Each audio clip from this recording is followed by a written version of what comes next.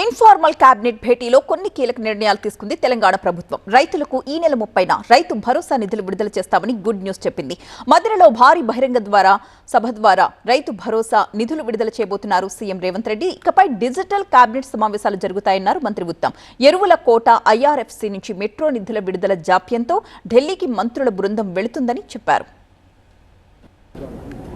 ఈ నెల 30వ తేదీన ఖమ్మం జిల్లా మదిరలో భారీ ఎత్తున రైతుల సమ్మేళనం ఏర్పాటు చేయాలని భారీ బహిరంగ సభ ఏర్పాటు చేసి అదే వేదిక నుంచి రైతు భరోసా నిధులని పంపిణీ చేయాలని ఈరోజు సమావేశం నిర్ణయం తీసుకోవడం జరిగింది.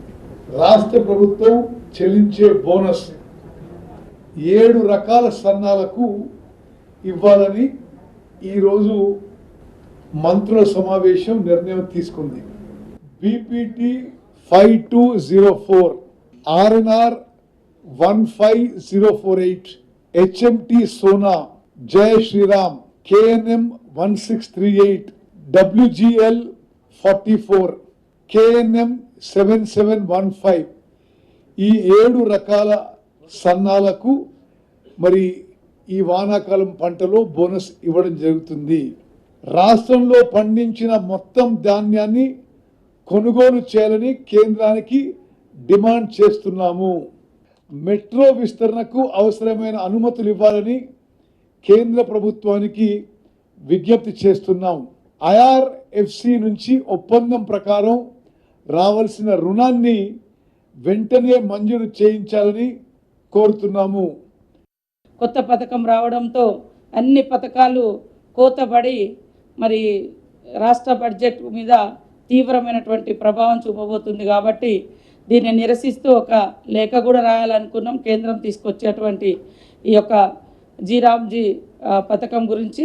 అదేవిధంగా సబ్ కమిటీ కూడా దేశవ్యాప్తంగా మరి వివిధ రాష్ట్రాల్లో అమలవుతున్నటువంటి తీరు, వాళ్ళు తీసుకునేటువంటి ఈ యొక్క చట్టం మీద, ఈ యొక్క పథకం మీద నిర్ణయాలను కూడా అనుసరించి ముందుకెళ్ళడం జరుగుతుందని తెలియజేస్తూ, ప్రతి నెల 2 లక్షలు ఇస్తామని చెప్పి సాక్షాత్తు నడ్డా గారే ప్రకటించారు. కానీ ఏప్రిల్లో కానీ, మేలో కానీ, జూన్లో కానీ ఎప్పుడూ 1,00,000 కంటే ఎక్కువ పంపించలేకపోయారు. మనకి ఈ రోజుకి 6 లక్షలు ఉండాల్సినటువంటి మెట్రిక్ టన్నులు యూరియా కానీ, అదేవిధంగా డిఏపి కానీ మనకి సక్రమంగా సరైన సమయంలో సరైన వాళ్ళు అలాట్ చేసినటువంటి మందం కూడా పంపించలేకపోతున్నారు.